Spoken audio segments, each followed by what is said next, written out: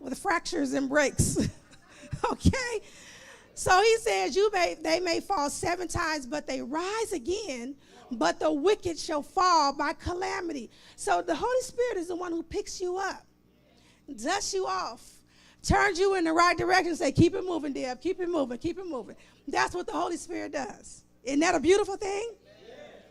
John 14:26. But the helper, the Bible calls him the helper, the Holy Spirit, whom the Father will send in my name.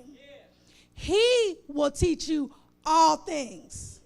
Now, am I saying that you don't go and get your education? Not saying that at all. Not saying that at all.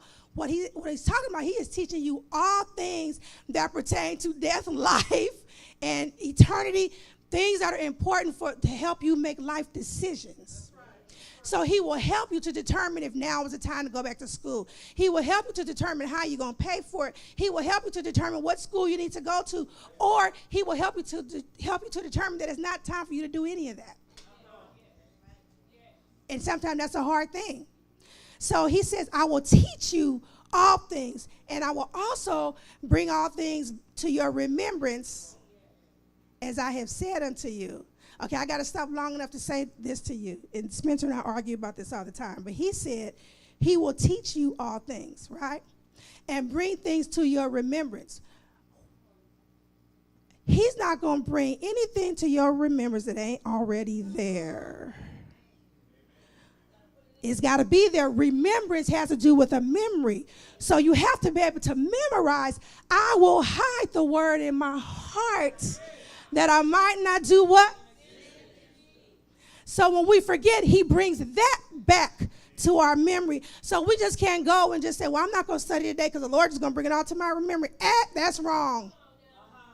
We do damage to his word when we say stuff like that. We do damage to his word when we cop out like that. That's what Dietrich Bonhoeffer calls cheap grace. God is going to bless me anyhow. God, I'm just going to lay my religion down, bring it up, because I'm covered under grace. No, that's wrong. That's not correct. That's cheap grace. And that's another message. I'm going to preach that one day. He's also our intercessor. Romans 8:26. Likewise, the Spirit also helps in our weaknesses. Men, y'all do get weak. I don't care how much machismo you have. There are areas in your life where you get weak.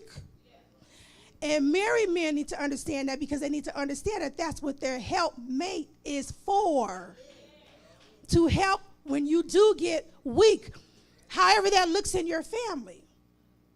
So he says that he helps us in our weaknesses. That's important, because it lets us know that we can sometimes just let it go. God, I'm weak. Help me. Help me. And the Holy Spirit says, you don't even know what you should be praying for in a weakened state. When we're weak, we can't think straight. We don't have anything to say. We don't have anything in us to do anything with. And so the Holy Spirit says, you don't even know what you should pray for. However, the Spirit makes intercession with groanings that cannot be uttered. Think about that. How many of you all had a big mama, grandmother, an aunt? I know I was so fortunate. I knew both of my great-grandparents. And my great-grandmother lived with us for a minute. And I remember she was not educated, because my great-grandmother, her mother was a slave. That's how close it is. And so Granny couldn't read.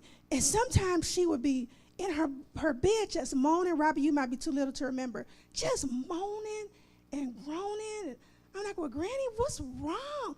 Nothing, baby, nothing.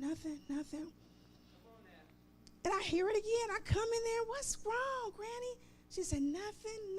I said, Granny, is something wrong? Because you want me to go get Mama? You want me to call her? She said, and I knew when I saw this, we're getting ready to have a conversation. And she said, I'm praying. And I said, well, Granny, you didn't have no words. She said, you don't need no words.